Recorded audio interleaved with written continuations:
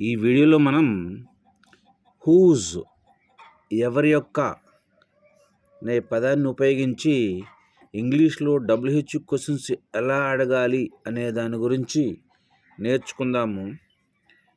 దీని యొక్క స్ట్రక్చర్ వచ్చి whose plus noun plus do plus subject plus verb 1. దీన్నే బేస్ ఫామ్ అని కూడా అంటాము. హూజ్ ప్లస్ నౌన్, హూజ్ని WH క్వశ్చన్ వర్డ్ తెలుగులో ప్రశ్నార్థక పదం అంటాము. ప్లస్ నౌన్, ఇది నామవాచకము. నామవాచకం అంటే పేర్లను తెలియజేసేది అనమాట.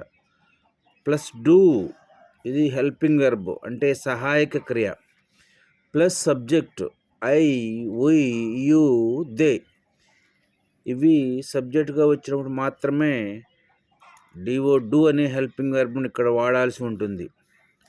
ప్లస్ వెర్బ్ 1, దీన్నే base form of the verb, present tense of verb అని కూడా అంటాము.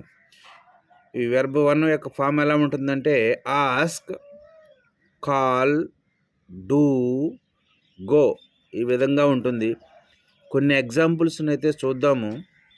Whose car do you drive, నీవు ఎవరి యొక్క కారు నడుపుతావు.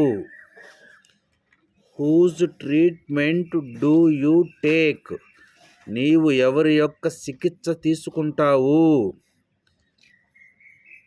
Whose company do you like, నీవు ఎవరి యొక్క కంపెనీని ఇష్టపడతావు.